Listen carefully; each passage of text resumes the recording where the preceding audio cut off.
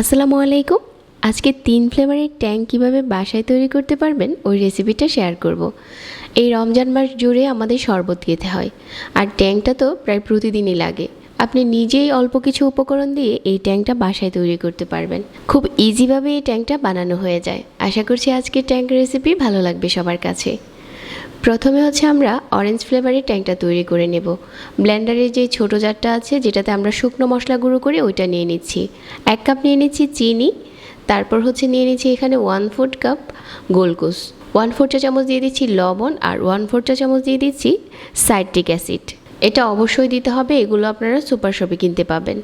তারপর সবগুলো উপকরণ দিয়ে 30 সেকেন্ডের মতো ব্লেন্ড করে নিচ্ছি। প্রথমে 30 সেকেন্ড ব্লেন্ড করার পর চিনিটা পুরোপুরি পাউডার সুগার হয়ে গেছে। ঠিক এই পর্যায়ে ফ্লেভার অ্যাড করে দিতে হবে। অরেঞ্জ ফ্লেভার দিয়ে দিচ্ছি। আমি প্রথমে অরেঞ্জ ট্যাংটা বানিয়ে নিচ্ছি। অরেঞ্জ ফ্লেভারটা দিয়ে একটু নেড়েচেড়ে মিশিয়ে আবারও ঢেকে দিচ্ছি, আর কয়েক সেকেন্ডের মতো ব্লেন্ড করে নিচ্ছি। কয়েক সেকেন্ড ব্লেন্ড করে আবারও ঢাকনাটাকে খুলে সাইডে যেগুলো লেগে থাকে এগুলোকে আবার একসাথে করে দিতে হবে যাতে ফ্লেভারটা পুরোপুরি মিশে যায়। তো আবারও 30 সেকেন্ডের মতো ব্লেন্ড করে নিয়েছি। ব্লেন্ড করা হয়ে গেছে। এখন একটা পরিষ্কার কাচের বয়মে ভরে 1 মাসের মতো সংরক্ষণ করতে পারবেন। এটা ফ্রিজে রাখার দরকার নেই, এমনিতেই ভালো থাকবে। এখন আপনাদের সাথে শেয়ার করছি ম্যাঙ্গো ফ্লেভারের ট্যাং কীভাবে বানানো যাবে। 1/2 কাপ নিয়ে নিচ্ছি চিনি, আর 1/4 চা চামচ সাইট্রিক অ্যাসিড, আর 1/4 চা চামচ লবণ, 2 টেবিল চামচ দিয়ে দিচ্ছি গোলকুস পাউডার। তো ব্লেন্ডারটাকে লাগিয়ে আবারও প্রথমে ব্লেন্ড করে পাউডার সুগার বানিয়ে নিচ্ছি।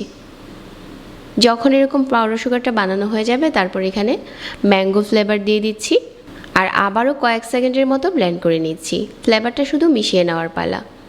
আর যে উপকরণগুলো আমি নিয়েছি এগুলো আপনারা সুপার শপে কিনতে পাবেন। সাইড থেকে মিশিয়ে আবারও কয়েক সেকেন্ডের মতো ব্লেন্ড করে নিতে হবে। তো আমাদের ম্যাঙ্গো ফ্লেভারের ট্যাং তৈরি হয়ে গেছে। এখন বানিয়ে নিচ্ছি লেমন ফ্লেভারের ট্যাং। 1/2 কাপ চিনি নিয়ে নিচ্ছি, 1/4 চা চামচ সাইট্রিক অ্যাসিড, 1/4 চা চামচ লবণ, আর 2 টেবিল চামচ গ্লুকোজ পাউডার। রেসিপি একই থাকবে, শুধু ফ্লেভারটা ভিন্ন। একইভাবে ব্লেন্ড করে নিয়েছি, আর এখন অ্যাড করে দিব লেমন ফ্লেভার। প্রতিটা ফ্লেভারই আপনারা সুপার শপে কিনতে পাবেন, আর সাইট্রিক অ্যাসিডটাও কিনতে পাবেন। আমাদের লেমন ট্যাং পাউডারও তৈরি হয়ে গেছে। তো এভাবে করে 3টি ট্যাং পাউডার তৈরি করে পুরো রমজান মাস ভরে খেতে পারবেন। শরবত তো এই গরমে প্রায় প্রতিদিনই খাওয়া হয়ে থাকে। আশা করছি আজকের এই 3 রকমের ট্যাং পাউডারের রেসিপি সবার কাছে ভালো লেগেছে। সবাইকে অনেক ধন্যবাদ জানাচ্ছি এতক্ষণ ধরে ভিডিওটি দেখার জন্য।